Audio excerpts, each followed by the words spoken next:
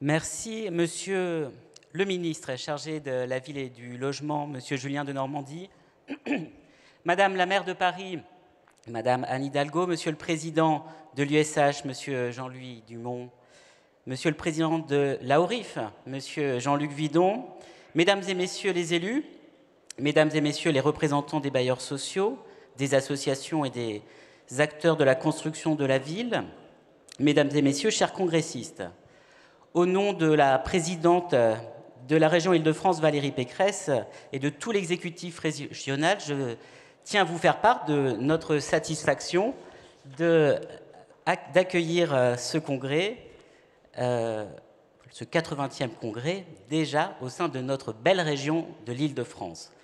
Et en tant que délégué spécial aux problématiques du logement du Conseil régional, je suis d'autant plus heureux d'être parmi vous, car j'ai le plaisir de travailler au quotidien avec vous tous, avec nombre d'entre vous en tout cas, puisque vous venez de toute la France, depuis que l'on m'a confié cette très belle délégation il y a 4 mois. Car dans une région qui accueille 60 000 nouveaux habitants par an, le défi du logement social est considérable. Rendez-vous compte que dans 15 ans, en Île-de-France, nous serons 1 million de plus qu'aujourd'hui. C'est bien la meilleure preuve, s'il en fallait une, de l'attractivité de notre région. Sa démographie dynamique, son tissu économique, marqué par l'innovation notamment, fait d'elle la première région économique d'Europe. La renommée internationale de nos universités, de nos centres de recherche, ou encore la variété et la richesse de notre offre culturelle à portée de main sont autant d'atouts que nous avons à cœur de valoriser et développer. Nous pouvons également miser sur ces vastes espaces verts qui recouvrent la majorité des territoires, comme sur ces riches terres agricoles qui font de l'Île-de-France un véritable grenier. Grâce aux politiques ambitieuses que nous menons avec nos partenaires depuis plus de 3 ans, le pouvoir d'attraction de la région capitale ne cesse de croître, comme en attestent les derniers classements internationaux, et nous ne pouvons que nous en réjouir. Mais notre attractivité ne doit pas masquer le fait que l'Île-de-France, elle est marquée par de profondes fractures. Fractures territoriales, fractures sociales, éducatives, numériques, qu'il s'agisse de la fracture entre la petite et la grande couronne, entre l'Est et l'Ouest, entre les zones rurales et les zones urbaines. Ces fractures ont des conséquences très concrètes sur le quotidien des Franciliens. Ce sont près de 4 millions de Franciliens qui, chaque jour, sont à la peine dans les transports du fait de l'éloignement entre l'emploi et le logement. Et il faut avoir conscience que la France, que l'on dit périphérique, celle des Gilets jaunes, elle commence à 40 km de Paris. C'est pourquoi, afin de recoudre les fractures et de répondre aux grands défis de notre temps, le changement climatique, la révolution numérique ou encore le creusement des inégalités, le projet que nous portons au Conseil régional d'Île-de-France avec Valérie Pécresse vise à faire de l'Île-de-France un modèle de région métropole attractive, écologique et solidaire, en capacité d'inspirer les grandes métropoles du monde entier.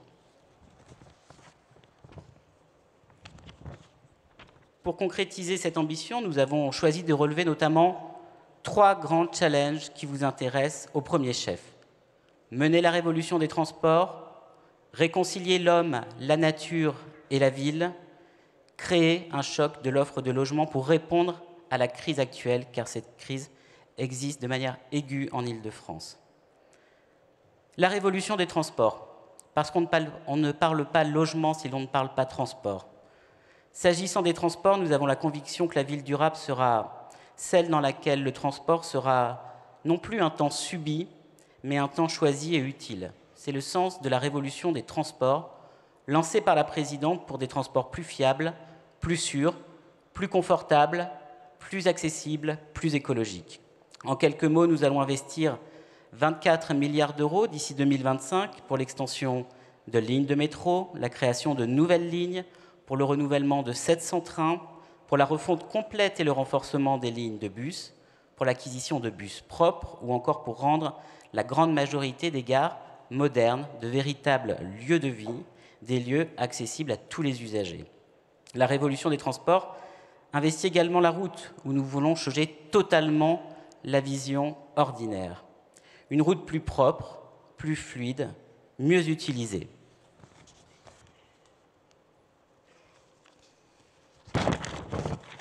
Excusez-moi. Nous voulons faire sauter les bouchons, source de stress et de congestion. Améliorer nos routes pour réduire les nuisances, en particulier grâce aux enrobés phoniques qui divisent par 3 le niveau de bruit pour les riverains, un vrai sujet. Nous voulons également accélérer sur l'aide au développement des véhicules propres, véhicules autonomes, également source d'emploi pour demain et de nouvelles solutions pour se déplacer. La révolution des transports mise aussi sur une nouvelle manière d'habiter la ville et de travailler. Nous investissons 100 millions d'euros pour tripler la pratique quotidienne du vélo, et cela marche, avec un vrai engouement retrouvé dans ce mode de transport. Nous construisons des parkings relais pour encourager les automobilistes à lâcher leur voiture, et nous multiplions les tiers-lieux pour que les Franciliens puissent travailler plus proche de chez eux.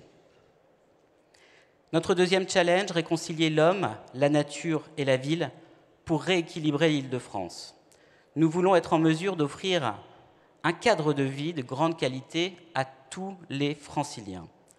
Nous célébrons en cette année 2019 les 10 ans du Grand Paris.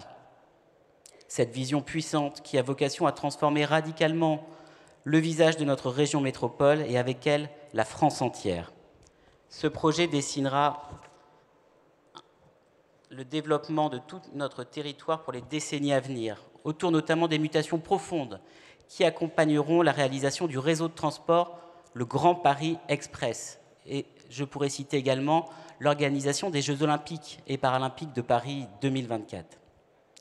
C'est pourquoi, avec Valérie Pécresse, nous avons la conviction qu'il faut profiter de ces mutations pour repenser profondément notre façon, nos façons de construire nos villes pour réconcilier l'homme, la nature et la ville. C'est d'ailleurs le thème qui a été retenu par la présidente pour la première biennale d'architecture et de paysage de la région qui s'est tenue à Versailles au printemps dernier. Si la biennale a été un espace de réflexion, nous sommes déjà dans l'action parce que la ville de demain se crée dès aujourd'hui en Île-de-France. L'Île-de-France de demain reposera sur une symbiose entre la ville et la nature. Trop de Franciliens n'aiment plus la ville car ils la trouvent hostile. Le bétonnage, la ville minérale ont incarné une certaine forme de modernité au XXe siècle, mais au XXIe siècle, ce n'est plus la ville que nous voulons. Le temps est donc venu pour nous de désimperméabiliser les sols et de construire l'habitat plus vert, plus écologique, plus agréable et plus durable. Il est urgent, et c'est une demande des Franciliens, de remettre du vert dans la vie francilienne. Grâce à notre plan vert, justement, nous nous sommes fixés l'objectif de devenir producteur net d'espaces verts en 2024, alors que l'Île-de-France a été destructrice de centaines d'hectares d'espaces verts par an depuis des décennies. À terme, tous les Franciliens pourront accéder à un espace vert en moins de 15 minutes à pied de chez eux. Déjà, plus de 100 hectares d'espaces végétalisés ont été créés ou aménagés, et la région est largement engagée pour la préservation du parc de la Poudrerie en Seine-Saint-Denis, par exemple, la plantation de la forêt de Pierrelet dans le Val d'Oise, ou encore l'ouverture au public des 270 hectares du bois de Saint-Martin à la frontière de la Seine-Saint-Denis et du Val-de-Marne. L'Île-de-France de demain, elle sera également polycentrique, avec de véritables impacts sur le logement.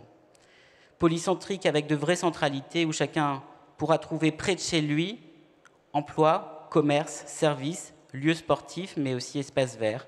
Bref, toutes les aménités d'une véritable qualité de vie. Nous avons besoin de lieux d'emploi mieux répartis sur le territoire, avec des regroupements stratégiques, avec des bassins d'emploi de vie mieux pensés et qui formeront ces centralités. Il est d'ailleurs grand temps de rééquilibrer vraiment l'Île-de-France d'ouest en est. C'est dans cet état d'esprit que nous souhaitons faire émerger des projets de développement ambitieux dans chaque département pour donner corps à un polycentrisme équilibrant. Saclay, en Silicon Valley européenne, la santé du futur, qui se dessinera dans le Val-de-Marne, la ville durable et le tourisme, qui se développeront à Marne-la-Vallée, les industries créatives et le luxe en Seine-Saint-Denis, le véhicule du futur en Vallée de Seine, la finance à la Défense, etc. Pour que la ville de demain, cette ville écologique, innovante et solidaire se développe sur nos territoires, nous soutenons l'émergence de 100 quartiers innovants et écologiques, nos propres écoquartiers. Et quand je disais que la ville de demain se construisait déjà en Île-de-France, je ne mentais pas vu que nous accompagnons déjà plus de 40 nouveaux écoquartiers. Résolument tournés vers l'innovation, nous voulons faire de l'Île-de-France un laboratoire de la ville du futur. Une ville connectée, qui offre plus de services aux habitants, une ville plus inclusive et accueillante, une ville plus modulaire, qui sait utiliser mieux ses espaces pour répondre aux différents moments de vie en permettant une souplesse dans les appartements pour les adapter.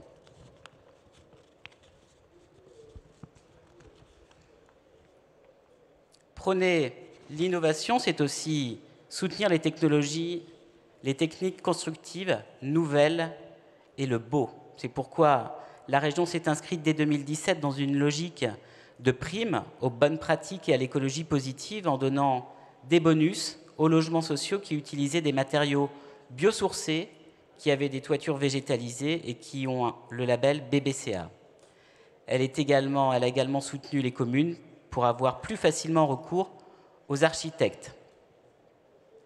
Enfin, répondre à la crise du logement, pour mieux anticiper les besoins de demain. Vous le savez, si la ville de demain nécessite que l'on construise mieux, eh bien, il faut également construire plus. Nous devons surmonter la crise du logement et pour cela, nous devons provoquer un vrai choc de l'offre en Île-de-France.